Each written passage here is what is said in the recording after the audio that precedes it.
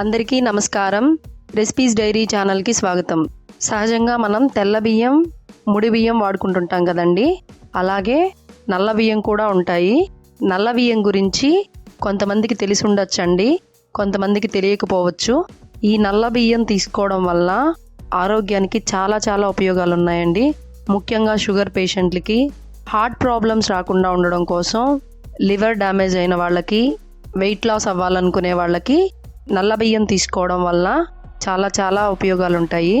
నల్ల బియ్యంలో fibre content ఎక్కువగా ఉంటుంది. అలాగే హై న్యూట్రిషన్ వాల్యూస్ కూడా ఎక్కువగా ఉంటాయి. ఇంత బాగా ఉపయోగపడే నల్ల బియ్యంతో ఈరోజు నేను పొంగల్ తయారు చేస్తున్నాను.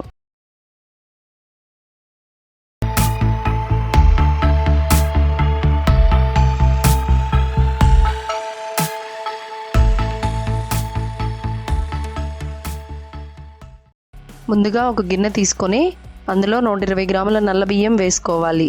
వీటిని నీళ్లు పోసి శుభ్రంగా కడుక్కోవాలి. ఇలా 2-3 సార్లు కడుక్కోవాలి. చూడండి, రైస్లో నీళ్లు కూడా నల్లగా వచ్చాయి.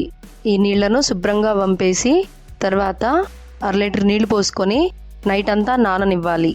నల్ల బియ్యం ఎంత ఎక్కువసేపు నానబెడితే అంత బాగా ఉడుకుతుంది, లేదంటే ఉడకడం చాలా టైం పడుతుందండి. నైట్ అంతా నానబెట్టుకున్న నల్ల బియ్యంలో 200 ml పాలు పోసుకుంటున్నాను. తర్వాత స్టవ్ వెలిగించి స్టవ్ పై నానబెట్టుకున్న నల్ల బియ్యం గిన్నెను పెట్టుకోవాలి.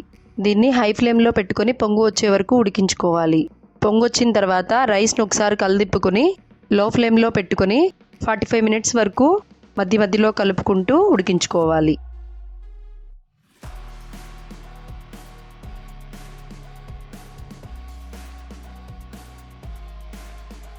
మినిట్స్ తర్వాత 120 గ్రామ్స్ బియ్యానికి 120 గ్రామ్స్ బెల్లం వేసుకోవాలి. బెల్లాన్ని రైస్లో బాగా కరిగిపోయేలా కలుపుకోవాలి. ఇలా కలుపుకున్న తర్వాత దీన్ని 10 నుండి 15 నిమిషాల పాటు ఉడికించుకోవాలి. మధ్యలో కలుపుకుంటూ ఉడికించుకోవాలి.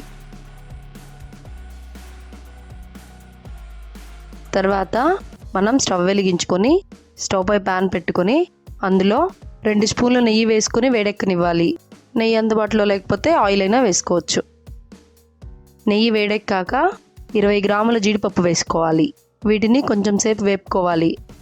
అవి కొంచెం వేగాక 10 గ్రాముల కిస్మిస్ వేసుకోవాలి. కిస్మిస్ని, జీడిపప్పుని కలిపి 2 నిమిషాల పాటు వేపుకోవాలి. ఇలా మంచి కలర్ వచ్చే వరకు వేపుకోవాలండి. చూడండి, రైస్లో బెల్లం బాగా కరిగిపోయి నీరు కూడా పూర్తిగా ఆవిరైపోయిందండి. ఇందులో మనం వేయించుకున్న జీడిపప్పు, ద్రాక్షని వేసుకుందాం. మీరు కావాలనుకుంటే కొంచెం యాలకుల పొడి వేసుకోండి. అంతేనండి, ఎంతో ఆరోగ్యకరమైన, రుచికరమైన నల్ల బియ్యంతో పొంగలి రెడీ అయింది.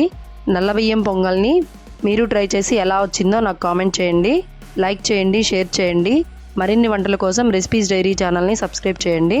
పక్కనే ఉన్న బెల్ ఐకాన్ ప్రెస్ చేసి ఆల్ అనే ఆప్షన్ని క్లిక్ చేస్తే నేను వీడియో పెట్టిన వెంటనే మీకు నోటిఫికేషన్ వస్తుందండి.